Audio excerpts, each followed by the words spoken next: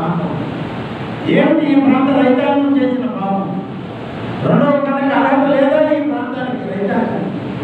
తాగడానికి నీళ్ళు అడిగేటువంటి హక్కు ఈ ప్రాంత రైతాంగానికి ప్రజలకు లేదా? ఏమనుకుంటున్నారు? అసలు 175లో మేము ఉన్నామా లేదా అని అనుమానం వస్తున్నాం.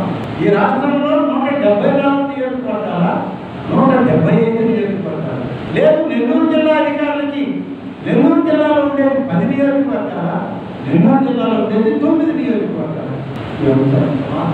మీడియా ద్వారా ప్రశ్నిస్తున్నా, చెప్పగలిగిన వ్యక్తులు మీడియా ద్వారా చెప్పండి, లేకుంటే అయ్యా నువ్వు రామానికి చెప్తామని చెప్పండి. నేనే పోతాను. మీరందరూ రండి. ఈ పరిస్థితుల్లో ఉంటే ఈ నియోజకవర్గం ఏం అభివృద్ధి చేయాలి, ఎలా చేయాలి?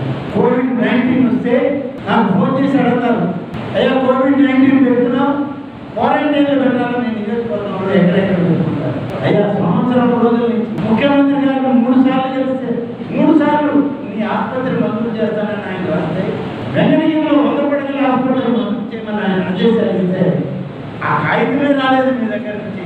ఇవాళ అది ఉంటుంటే 100 పడకల ఆసుపత్రి ఈ నియోజకవర్గంలో ఉంటే క్వారంటైన్కి కానీ మెడికల్ ఫెసిలిటీకి కానీ బాగుండేది అడిగితే సమాధానం లేదు. ఎక్కడెక్కడ స్కూళ్ళు, బళ్ళు, రెసిడెన్షియల్ స్కూళ్ళు ఇవన్నీ కూడా ఇవాళ చేసి అక్కడెక్కడో పెడతాం. అందుకే నేను అడుగుతున్నా, ఇవాళ ఈ విధమైన నిర్లక్ష్యం, స్కూళ్ళు లేవు, కాలేజీలు లేవు. ఇంకా మీరు స్థానిక ఉదాహరణ చెప్తారు. ఇవాళ ముద్దానే మీరు ఒక 10 ఫోటోలు ఇచ్చారు. గిరిజన బాలికల రెసిడెన్షియల్ స్కూల్ ఇది రాష్ట్రంలో ఉంది. ఇవాళ నేను కొత్తగా వచ్చింది కానీ పాతదే. గిరిజన బాలికల రెసిడెన్షియల్ స్కూల్ ఒక తాత్కాలిక భవనంలో జరుగుతూ ఉంది. దీనికి నాన్న ప్రిన్సిపాల్ గారు వచ్చి, సార్ 5 ఎకరాల స్థలం ఇస్తే స్టాఫ్ క్వార్టర్స్ తోటి హాస్టల్ తోటి కొత్త రెసిడెన్షియల్ స్కూల్ వస్తుంది, 7 కోట్ల 8 కోట్ల రూపాయల రుణాలు వస్తాయి, 5 ఎకరాల స్థలం కావాలని అడిగితే నేను తహసీల్దార్కి చెప్పాను, అయ్యా మన టౌన్ దగ్గరలో 5 ఎకరాల స్థలం ఏంటి, పాపం ఎస్టీ గర్ల్స్కి గిరిజన బాలికలకి ఒక మంచి స్కూల్ వస్తుంది, భవనాలు కట్టాలి. మరి ఆయన చూస్తూనే ఉన్నాడు. ఇంకా నిర్లక్ష్యం ఎలా ఉందో చూడండి. తాత్కాలిక భవనాలను పడగొట్టి ఆ భవనాలనే ఇవాళ 1,20,00,000 రూపాయలతో కొత్త భవనాలు కట్టున్నారు. సరే అదే శాశ్వత భవనం అనుకున్నాను. ఇవాళ ఏది చూసాం, నాడు నేను ఇంకొక 20 లక్షలు ఇచ్చారు. అంటే 1.5 కోట్లు ఇచ్చినట్టుగా ఖర్చు పెడుతున్నారు అక్కడ. ఇవాళ ప్రిన్సిపాల్ గారు చెప్తారు, ఈ కూడా శాశ్వతం కాదు సార్, తాత్కాలికమే, మీరు 5 ఎకరాల స్థలం ఇస్తేనే శాశ్వత భవనం.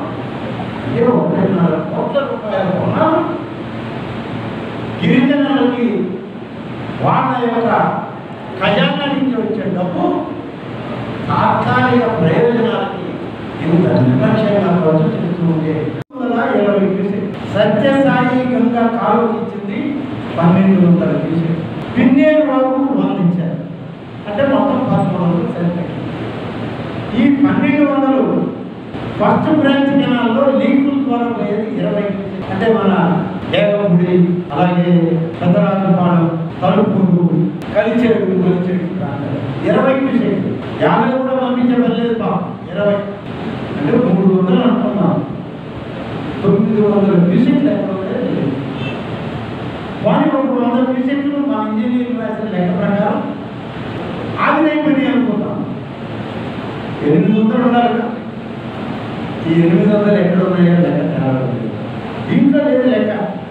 మరి దీంట్లో లెక్క లేకుండా ఎవరి దగ్గర ఉంటుంది లెక్క? నాకైతే ఇవాళ లెక్క ఏం చేశారంటే 1320 వదిలేరు.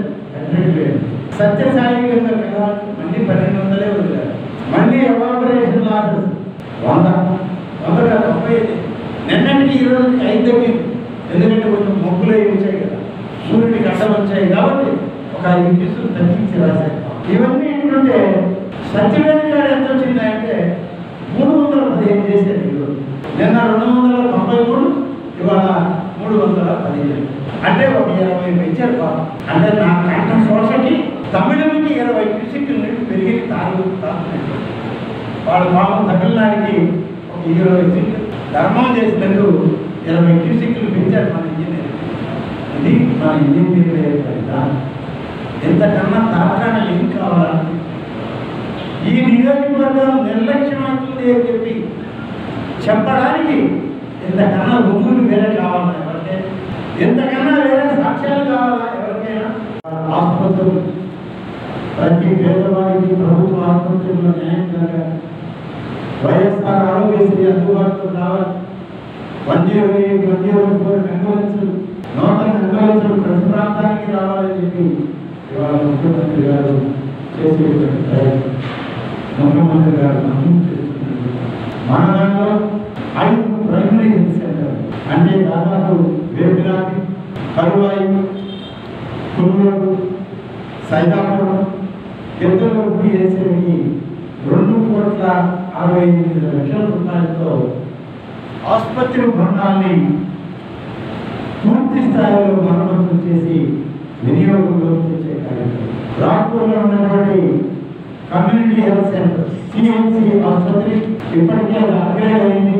అప్గ్రేడ్ అయినటువంటి ఆసుపత్రికి 2,50,00,000 రూపాయలను మంజూరు చేసి టెండర్లు పిలవడం జరిగింది. ఆ పనులు కూడా ప్రారంభించి జరుగుతాయి.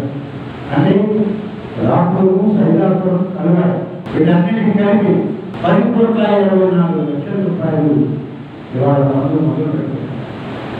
23 కొత్త సబ్ సెంటర్ భవనాలు, ఒక్కొక్క సబ్ సెంటర్ 23 లక్షల రూపాయలతో 22 సబ్ సెంటర్ భవనాలకి ఒక్కొక్కటి 23 లక్షల రూపాయలతో మొత్తం కలిపి పిహెచ్సిలు, రాపూర్ సిహెచ్సి, సబ్ సెంటర్లు అన్ని కలిపి 10,24,00,000 రూపాయలు వాళ్ళు మంజూరు చేసి పనులు ప్రారంభిస్తున్నాము. మొదలుపెట్టి మరొక 4-5 మాసాల్లో ఈ భవనాలన్నీ కూడా పూర్తి చేయాలి. ఇన్ని నివేదికలు మేము ఇస్తే కనీసం ఇది ఇస్తున్నాం, ఇది ఇవ్వడం లేదు, లేకుంటే ఇది ఈ నెలలో ఇస్తాం, పై నెలలో ఇది కూడా ఇస్తాం, ఇంకో సంవత్సరానికి ఇది కూడా మంజూరు చేస్తాం అని చెప్పేటువంటి పరిస్థితి ఇవాళ మా ప్రభుత్వం నుంచి రావడం. ఇంత అలక్ష్యం ఈ వెంకటగిరి నియోజకవర్గం మీద, మెట్ట ప్రాంతాల మీద ఎందుకు ఎవరికైనా అడుగుతారు?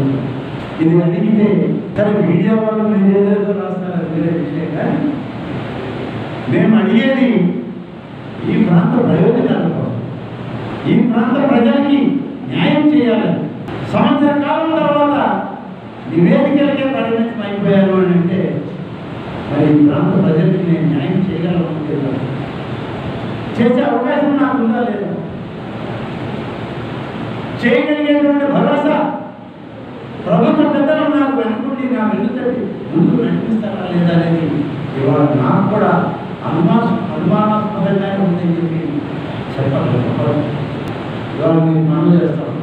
SSLC canal, SSLC Somasila, Swarnamukhi link కాలు స్వర్గీయ డాక్టర్ వైఎస్ రాజశేఖర రెడ్డి గారు ఆనాడు ముఖ్యమంత్రి గారు రాపూర్కి వచ్చి మధ్యమూడి సెంటర్లో శంకుస్థాపన చేసి 3 ప్యాకేజీలుగా టెండర్ పనులు మొదలైనవి. ప్రభుత్వాలు మారే దురదృష్టం ఆ మహనీయుడు మనలో లేకుండా గడిచిన 5 సంవత్సరాల్లో జరిగింది. ఆ 3 ప్యాకేజీల్లో 2 ప్యాకేజీలు రద్దు చేసింది అక్కడ ప్రభుత్వం. ఆ 2 ప్యాకేజీలను మళ్ళీ పునరుద్ధరించండి, సర్వే చేయండి. ఆ సోమశిల స్వర్ణముఖి లింక్ కాలువలో పోయేటప్పుడు దారిలో ఉన్నటువంటి కండలేరు రిజర్వాయర్ని కూడా అదనపు జలాలు ఇచ్చి ఇప్పుడు ఉన్నటువంటి 12,000 క్యూసెక్కుల కండలేరు సోమశిల కాలువలోనే కాకుండా ఈ మార్గాన్ని కూడా మనకు 10,000, 12,000 క్యూసెక్కుల నీళ్లు కండలేరు ఇస్తే 30 రోజుల్లో కండలేరు మనం 60 కిలోమీటర్లు అవకాశం ఉంటుందని చెప్పి ఆ నివేదికలు ఇస్తే ముఖ్యమంత్రి గారు పంపించారు, ముఖ్యమంత్రి కార్యాలయం పంపించింది. మరి ఏమైంది ఆ నివేదిక? మరి ఆ సర్వేకి ఆదేశాలు రాలేదు. కొత్త ప్రాజెక్టులు మొదలవుతాయి అంటున్నారు. మరి కొత్త ప్రాజెక్టులలో మన ప్రాజెక్ట్ ఏమైందన్నాడు.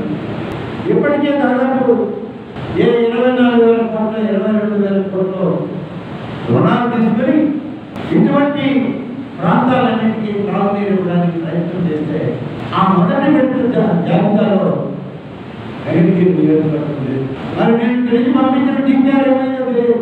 ముఖ్యమంత్రి గారు స్వయంగా ఈ ప్రాంతానికి మంచినీరు ఇచ్చే కార్యక్రమం జరుగుతుంది అని చెప్పి స్వయంగా ఆయన రాత్రి పత్రాలు ఏదైతే తెలియదు. పంచాయతీరాజ్ రూరల్ అఫేర్స్ మంత్రి గారు రాసిన నివేదిక ఏమైందో తెలియదు. ఆ నివేదికలో ఇప్పుడు మంజూరయ్యేటువంటి ఫస్ట్ ఫేజ్లో వెంకటగిరి లేదు. దాదాపు 20,000 కోట్ల రూపాయలు పైన వాళ్ళు చూస్తూ ఉంటే అందులో ఈ నియోజకవర్గం లేదు. సరే బాగా సెకండ్ ఫేజ్ అంటున్నారు. అందులో ఉంటుందా? ఉంటుంటే సెకండ్ ఫేజ్ ఎప్పుడు వస్తుంది? సెకండ్ ఫేజ్ ఎప్పుడు మొదలు పెట్టబోతున్నారు? సెకండ్ ఫేజ్ యొక్క ఎస్టిమేట్ ఎంత? దానికి నిధులు ఎక్కడ? దానికి ఎప్పుడు టెండర్ పిలుస్తారంటే ఫస్ట్ ఫేజే ఇప్పుడు టెండర్ నిధులు సమకూర్చుకునే దాంట్లోనే ఉన్నారు. మొదటి మాట కోసం అయిపోయింది. మా కేంద్రం పండుగ అయిపోయింది. ఇక ఇప్పటికీ మొదటి ఫేజ్ రావా? ఇదంతా మంజూరై టెండర్లు పిలిచి పనులు మొదలై ఆ పనులు పూర్తయ్యేటప్పుడు ఇది రెండో ఫేజ్. ఎన్నేళ్ళు ఈ 2-3 సంవత్సరాల్లో ఈ ప్రాంతానికి వాటర్ స్కీములు మీరు ఇచ్చి చేసే పరిస్థితి రాష్ట్ర స్థాయిలో ఉన్న ఆంధ్రప్రదేశ్ అధికారులకు ఉండాలని ముఖ్యమంత్రి గారు ఆదేశించిన పథకాలు రాని పరిస్థితుల్లో ఉంటే ఈ ప్రాంత ప్రజలకి మీరేం న్యాయం చేయాలి? మీరైనా చెప్పండి. మేము ఎవరిని అడగాలి? ఇవాళ రాష్ట్ర అధినేత చెప్పడం చేస్తాము, చెయ్యమని. కానీ ఎందుకో వెంకటగిరి నియోజకవర్గం మీద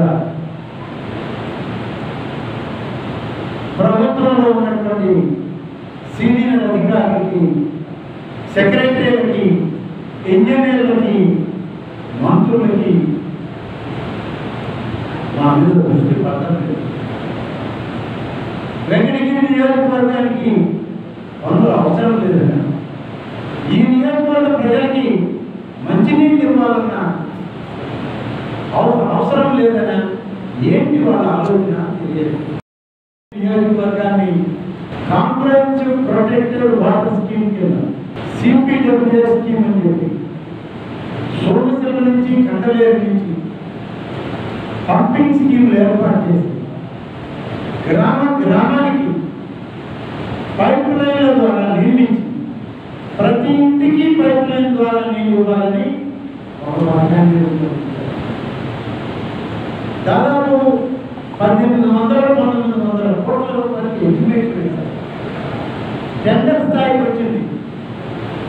ప్రభుత్వాలు మారే గత ప్రభుత్వంలో చేసిన ప్రయత్నంలో వాళ్ళు చేస్తే దాన్ని మళ్ళీ ఇంకా మెరుగైన పరిస్థితులకు చేస్తామని చెప్పి త్రాగునీటి స్కీమ్ ని పాతదాన్ని రద్దు చేశారు. కొత్త స్కీమ్ మళ్ళీ ఇంకా 1-2 మండలాలు, అంటే ఆ మండలాల్లో దక్కి లేదు, వెంకటగిరి లేదు, వీటన్నింటినీ కలిపి కొత్త ప్రాజెక్ట్ ఇస్తాం మీకు అని చెప్పి చెప్పారు. ఇవన్నీ జరిగేటప్పుడు దీనికి డిపిఆర్ తయారు చేసేటప్పటి నుంచి నేను అధికారులతో వెంటబడి ప్రతి మండలం, ప్రతి గ్రామం, ప్రతి కుటుంబానికి నిందించే విధంగా ప్రాజెక్టు రిపోర్ట్ తయారు చేశాను. దాదాపు 2,000 కోట్లు ఈ డిపిఆర్ గవర్నమెంట్ పంపించాం. ముఖ్యమంత్రి గారికి వెనుకబాటుతనంలో ఉన్న ప్రాంతం, ఎప్పుడు త్రాగునీటి సమస్య ఉండే ప్రాంతం, కరువు కాలంలో మంచినీళ్ళు దొరికిన ప్రాంతం, ఈ ప్రాంతానికి ఈ ప్రొటెక్టెడ్ వాటర్ స్కీమ్ని, కాంప్రహెన్సివ్ స్కీమ్ని ఇవ్వండి అని చెప్పి మన గౌరవ ముఖ్యమంత్రి జగన్మోహన్ రెడ్డి గారికి స్వయంగా లేఖను ఇవ్వడం జరిగింది. అలాగే Panchayati Raj rural water supply scheme మంత్రి గారైన శ్రీ పెద్దిరెడ్డి రామచంద్రారెడ్డి గారికి కూడా నివేదిక ఇవ్వడం జరిగింది. ఇవన్నీ పర్వాలేదన్నా, కొత్త స్కీమ్ తెచ్చాము, కొత్త ప్రాజెక్టులు పెడుతున్నాం ఈ రాష్ట్రంలో. అందులో ఈ నియోజకవర్గానికి కూడా ఇప్పుడు ఇది రద్దయినా కొత్త ప్రాజెక్టు తెస్తున్నామని చెప్పి వారు చెప్పడం జరిగింది. నివేదికలు, ప్రాజెక్టు రిపోర్ట్లు అన్నీ కూడా ఇచ్చారు. ముఖ్యమంత్రి గారు వెంటనే ఈ వెనుకబాటుతనంలో ఉన్న నియోజకవర్గాలకి, మెట్ట ప్రాంతాలకి, కరువు ప్రాంతాలకు ప్రాధాన్యత ఇవ్వడం కూడా చెప్పారు.